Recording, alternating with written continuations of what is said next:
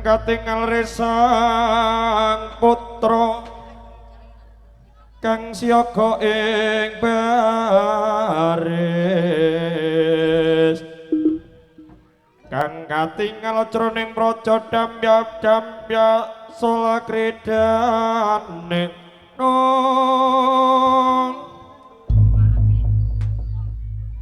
pinjilipun para satriya satra kang pinjil saking praja kang sinepadene praja bantalangen ani titrangga saargawis gedhe damyak parisani yen cinandra kadya budhali matyaning perang Bratayuda ingkang sami pinujuwa taring matyaning alun-alun kutha kadhe dipun gambaraken dening para kadang putra kang sami wonten dening sasana pagelaran mula kocap kacarita nalika semana mula ing wasana para tamtama kang lumaksar magita ing baris